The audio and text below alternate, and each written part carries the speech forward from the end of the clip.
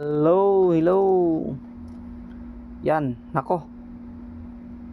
Kita nyo ba yan ang video na yan, no? Kumukurap-kurap kanina dahil sa sobrang aura at lakas po ng gamit na yan, no? Yan lang po ang previous niya, ha? Langka lang po. Pero alam nyo ba? Ito po ang dalawa na yan. Yan, kumukurap-kurap ang video na yan, no? Yan, tingnan nyo yan. Dahil po sa sobrang aura at lakas po ng gamit na yan, kaya yan nagkakurap-kurap, no? Alam nyo ba ang gamit na yan? Hindi na po ito basta-basta, ha? Ito po talaga ay pangmalakasan na talaga, no? Alam nyo ba kung bakit na pangmalakasan na? Unang-una, ito po. Yan. Ito ay, hindi pa po napaganda yan. Pero kita nyo na po ang aura, no? Lalo pa po pag pinaganda ito, pinalagyan po ng pampakintab, nako. Sobrang ganda na talaga ito, no? Kita nyo ba ang umiikot na yan? Yan po talaga ay mga pure infinito, ha? Yan. At alam nyo ba kung anong sa gitna? Yan po ay kahoy na sunukuan or Siete Virtudes. Nang dumaan po si Papa Jesus, siya lang po ang yumuko, no? At ang kombinasyon niya, sinukuan, bagakay, dignum. Yan, paikot. At ang previous langka, no? At dito po sa kabila, yan po ay nuwano. Yan, nakadipa po si Papa Jesus, Santo Cristo po yan. Pero ang maganda dito, kasi special ang nilagyan, ito po ay Trinity na, no? Hindi na po basta-basta kasi Trinity. Ibig sabihin ng Trinity, Ama, Anak, at Espiritu Santo, no? Yan. At ang kombinasyon niya, nako, ang tungko nyo, yan, bulalakaw talaga, no? Ginawang diamante. Kaya napakaswerte itong diamond na yan, no? Diamante sa ibabaw po ng langit, no? At alam nyo ba, ang kombinasyon niya, bagakay ulit paikot at langka ang kanyang previous, ha? Alam nyo ba, naubusan din po ang inyong lingkod, si Kabiboy, ng mutya po ng langka, no? Kaya sayang, sana meron makukuha nito, no? Ngayong gabi kasi ito talaga ay ito po ay maliit, no? Pero wag sumulid, no? Yan, napakalakas ito. Gawa po ito sa baon na walang mata. At ang sa likod po nito ay Nuwana. Yan po ay si Mama Mary, no? Bakit nga ba malakas po ang Nuwano at saka Nuwana? Kasi ito po ang pangalan ng Ama, Inang Diyos Infinito sa pagkaanimasula, no? O sa pagkakalag o sa kaluluwa. Yan po ang lihim nila na pangalan. Kaya sa iba, ang hindi po nakaintindi, no?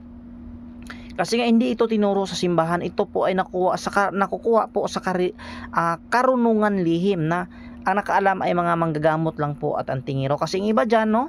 Kaya sa mga kaibigan po natin na hindi po nag-aral dito, ay baka sabihin talaga nila ay parang meron po sa demonyo itong mga gamit natin, pero ito po hindi. Ito po ay putian talaga, no?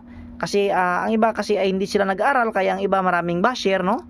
Kaya ulit sa mga basher, excuse me po. Ano ba English ng itim, no? Yan, kumikislap ito. Kita nyo kanina kumikislap ito.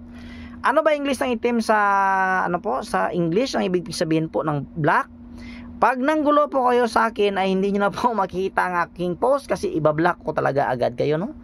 Yan, kasi nako, pag hindi ko kayo i-block, mas stress lang ako sa inyo, no? Yan.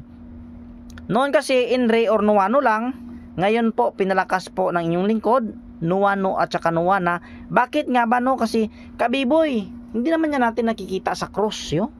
Kasi ito lang po ang nakalagay sa cross, no? Nuwano lang o Inre, isa lang. Pero ngayon iba kasi pinalakas po ni Kabiboy. Kaya nga, paano nga ba palakasin ang anting-anting o gamit? Kaya lagyan mo dyan ng mutya.